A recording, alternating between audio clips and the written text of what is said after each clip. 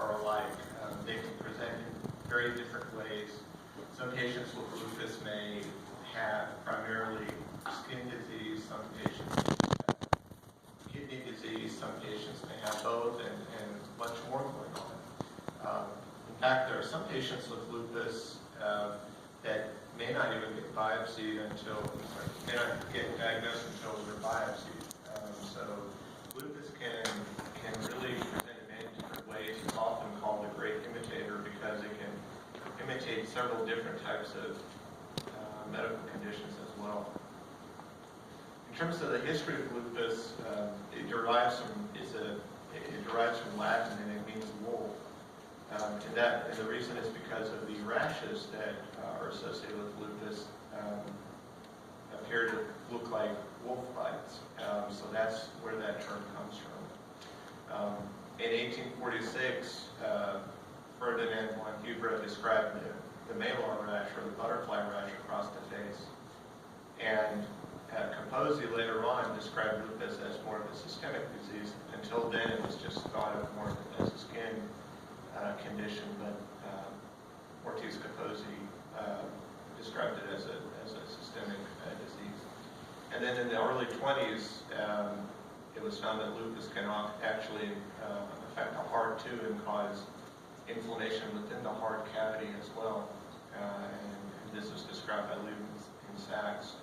And lupus patients can get heart conditions where they develop vegetations or tiny nodules on their heart valves, and that occurs because of inflammatory states when their lupus is flaring. And then in the 30s, it was found that lupus can affect the kidneys, but the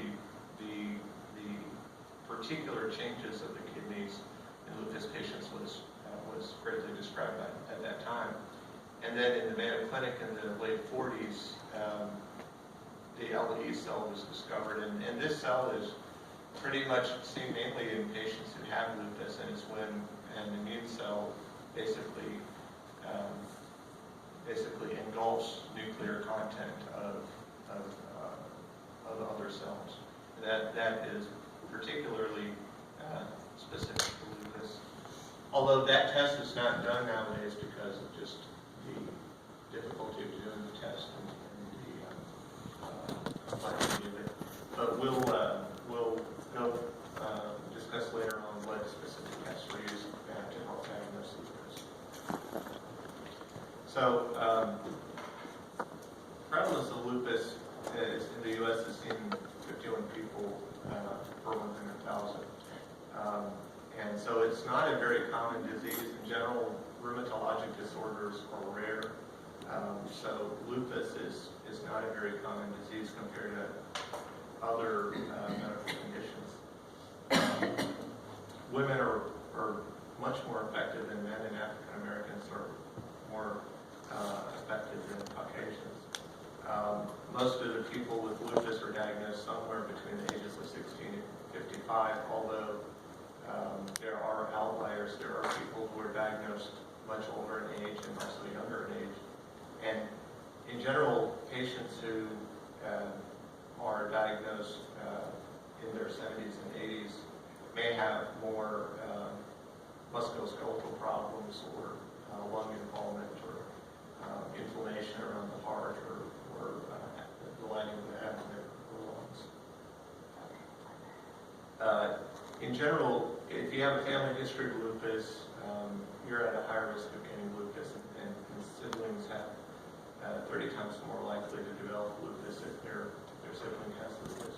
And there are several environmental factors that trigger lupus, and this can be UV light that you get from sunlight, or even from other light sources like fluorescent light. Some medications can trigger lupus, and even viral infections can trigger lupus. And oftentimes, a patient may develop lupus after they've had some sort of illness or sickness because their immune system becomes very active when they try to fight off the infection.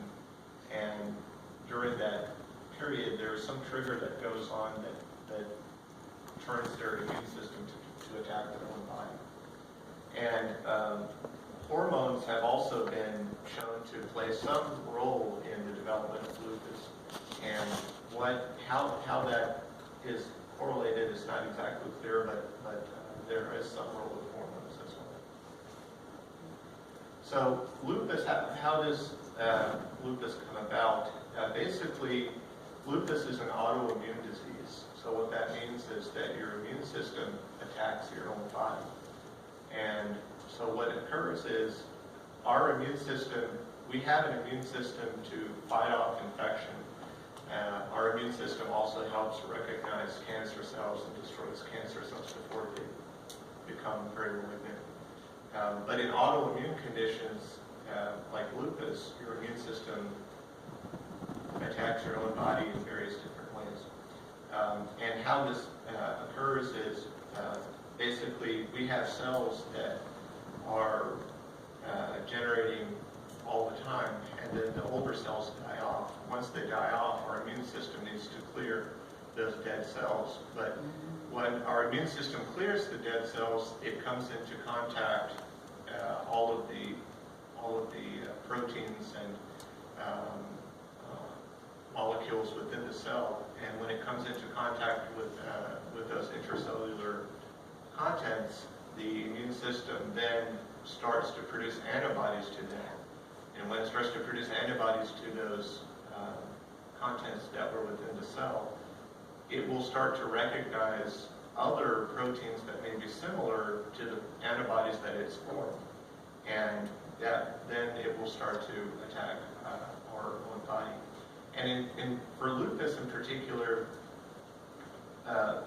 lupus is the way the immune system attacks your own self in lupus is the immune cells produce antibodies, and the antibodies combine with the antigen or your own proteins, and that combination is called an immune complex. That immune complex joins with other inflammatory proteins as well that complements, and then that whole molecule or immune complex will then lodge into various organs and cause inflammation, and that's how the disease occurs. And if you're not able to clear away those immune complexes, the inflammation will persist. So here's a diagram of just how lupus occurs. Right here, to start with, people who have lupus have genetic factors that predispose them to lupus. So at the moment, they don't have lupus, but they have some genetic factors that predispose them to getting lupus. And then there are environmental triggers, like UV light that we discussed, or their gender, or some sort of viral infection. So when that predisposed person encounters one of these triggers, what occurs is the antigen or your own proteins will be exposed to the immune system. And when it is exposed to the immune system, your immune system will make an antibody to that protein. And when it makes an antibody to that protein, the antibody and that antigen will combine to form an immune complex. Then this whole structure will start to lodge into various organs like the skin or the kidneys and create inflammation. And if that inflammation persists, then you start to develop damage to these various organs. Now, in terms of diagnosing lupus, it can be very complex because, unfortunately, there's no one single lab marker or one single finding that makes a diagnosis of lupus. And so there have been several different classification criteria over the years that have been designed to help make it easier for the clinician to diagnose lupus. And the current criteria that we have is pretty sensitive and specific. And the difficulty in diagnosing lupus is that there are some patients that may present with all of the classification criteria for a diagnosis of lupus at once. And then there are other patients that may have one feature and then go many years without having any other features, and then may develop something else that may look like lupus. Then over the years, they start accumulating features, and their diagnosis of lupus comes quite late because their presentation was just quite different, and they had a delay in acquiring these features. So this is the classification criteria for lupus, and this is what we go by when we make a diagnosis of lupus. And you need to have at least, there are 11 criteria, and you need to have at least 4 of these criteria to make the diagnosis. One here is the first one here is the malar rash, or this is that butterfly rash that a lot of patients are very familiar with already in terms of lupus. There's another type of rash included in the criteria, and that's discoid rash, and that's more of a scarring rash that some lupus patients can have. Lupus patients are also photosensitive. Some patients are so sensitive to light that just a short time of exposure to sunlight can cause rashes. Lupus patients will also have oral ulcers, but the oral ulcers are painless in general. And they will also have an arthritis. And arthritis can present in many different ways. Arthritis just doesn't mean joint pain. You need to have joint pain with swelling, and you may need to develop some deformities to also determine that your joint pain is actually arthritis. And in general, lupus patients, their arthritis is non-erosive, meaning that if they have arthritis in a particular joint and you get an x-ray, there hasn't been any real identifiable damage to the joint, maybe to the ligaments or tendon, but not to the joint. As opposed to rheumatoid arthritis, where the arthritis is erosive, and we'll show some examples of that later on. Patients with lupus can also get a condition called cervicitis, and that basically means inflammation of the lining of one of the cavities or in the body, and that can be the lining of the lung or the lining of the heart.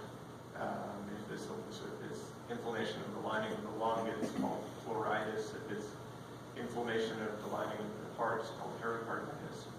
And they can even have inflammation of the lining of their abdominal cavity, called peritonitis. Lupus patients can also develop renal or kidney problems, and this is often detected when we check the urine of lupus patients. If we're concerned that they have any kidney damage, we will notice that they're having a lot of protein in their urine, and this is why when we see our lupus patients, periodically we check their urine, because looking at the labs, the blood test alone is not enough to determine whether the patient's kidneys are functioning well or not. The blood test can show that their kidneys are filtering blood appropriately, but it won't let us know if they're spilling any protein in their urine. And if they are, then that is a sign that they may be developing inflammation in the kidneys from lupus. Lupus patients can also have neurological problems, and we'll go over this later, but this can present in many different ways. It can be, they can have seizures, they can have psychiatric problems, they can have just common headache symptoms, so it can be quite broad. And they will many lupus patients actually have a lot of blood count abnormalities as well. Typically, they will have low blood counts, whether it be their white count or their red blood cell count or their platelets. And patients with lupus will also have particular autoantibody tests that are positive. And we'll go through that later as well. And they will, in general, also have a positive ANA, or positive anti-nuclear antibody. The ANA